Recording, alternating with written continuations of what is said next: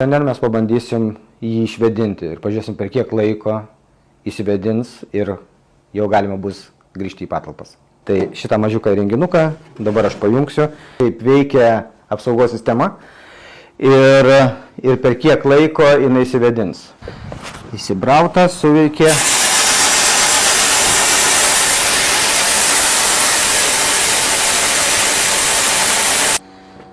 Atrodo mažiukas butukas, bet išėjimą rasti nelengva. Nuėmu laiką ir žiūrėsim, kiek laiko vedinsis. O taip atrodo. Kaimynų dėmesį aišku irgi pritrauks. Rūkas kvepia, ugniagesiai negesins. Vis dar nieko nesimato. Jau biškį matosi, bet vis tiek dar nieko nesinorėtų nei ieškoti, nei ką nors čia veikti. Tai štai ir įsivedinom.